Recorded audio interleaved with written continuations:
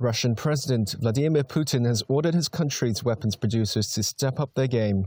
As he toured the Tula weapons plant on Friday, he said, not only does Russia's military-industrial complex need to make sure troops on the front line in Ukraine get what they need at the shortest possible timeframes, but the performance of those weapons have to be upgraded based on combat experience on the ground. Russia's defense minister also said on Friday the state would ramp up orders of weapons from Kalashnikov starting next year. Russian troops, meanwhile, were shown taking part in tactical drills with Belarus.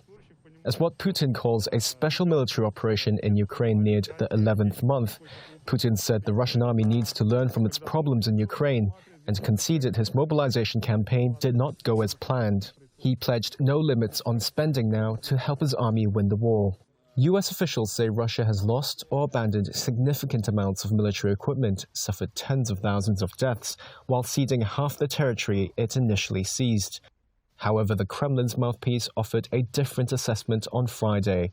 Kremlin spokesman Dmitry Peskov said Russia had made significant progress towards demilitarizing Ukraine, one of the goals put forth by Putin when he announced his invasion in February.